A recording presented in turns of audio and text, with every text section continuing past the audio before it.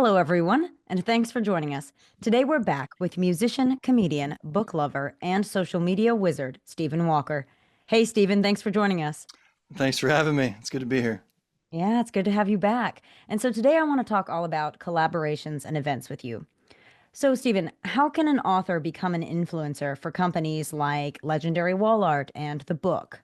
So for those two specific examples, those are companies that reached out to me. I haven't had a whole lot of luck. Well, I say that I haven't really tried to reach out to other companies. People have just come to me sparingly, but that's how those specific things have worked. And they've asked my rate. I've had more reach out. Some of them, I just don't care about the product, so I say no.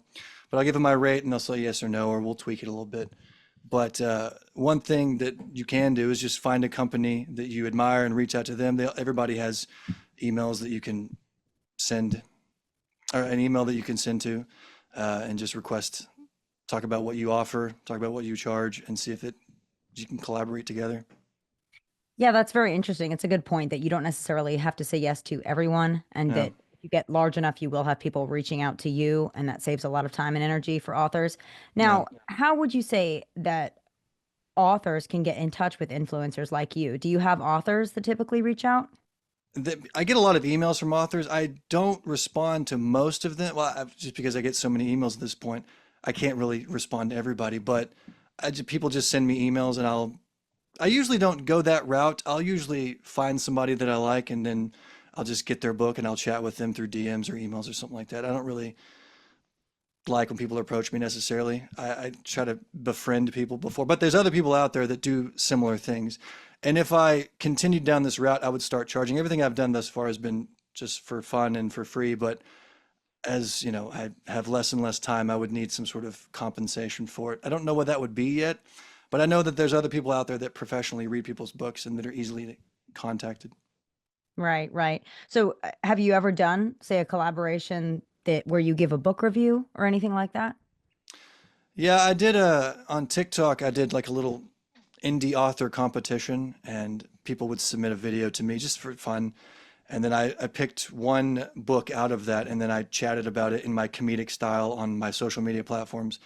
And I was honest and I was also funny and all that kind of stuff. It was called The Violet Mage by L.R. Powell.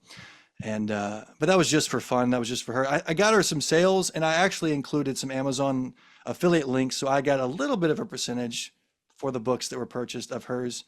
Again, it wasn't a whole lot for me because it was just an Amazon affiliate, which is a couple of percentage points, but that was helpful for her a little bit. Now, I want Okay. to transition a little bit and talk more about events. Could you tell us about the Equinox Fantasy Ball and the Vampire Ball? Yeah, so these companies reached out to me because I portray comedically, I portray characters from well-known books, specifically Akatar or Throne of Glass, but more so Akatar, and specifically Cassian, the character. So there's a big cosplay community in social media. I don't know if you know that or not, but everybody's dressing up like characters from books. It's a big thing apparently.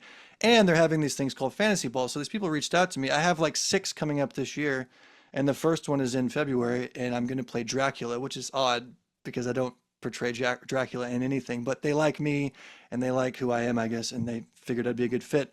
And then the following month, I'm in some other place playing Cassian. But those are people that reached out to me. I know there's companies that work with cosplayers, but I don't have anything like that. It's just people wanting me to go. Very neat. Now, would these be good events for authors to attend to, say, meet potential readers and other authors? I don't know. So if you go as a guest, I mean, these things are like 250 bucks a person. So it may not be the best investment. And people are just there to talk about the characters for that specific event. But what some places do, and I think the second one I'm going to, it's put on by a local bookshop. So they're going to have local authors and vendors and things like that. So if you can get in the fantasy balls, I would say reach out for that reason. Don't go in as an attendee, but go as like, if they have a local author thing or if they have like some sort of vendor deal, I would say get it on that because just exposure is what you're looking for as the author. Right. The vendor or sponsorship standpoint is a good Yeah, idea. Well, Stephen, thank you so much. That was great insight on collaborations and events.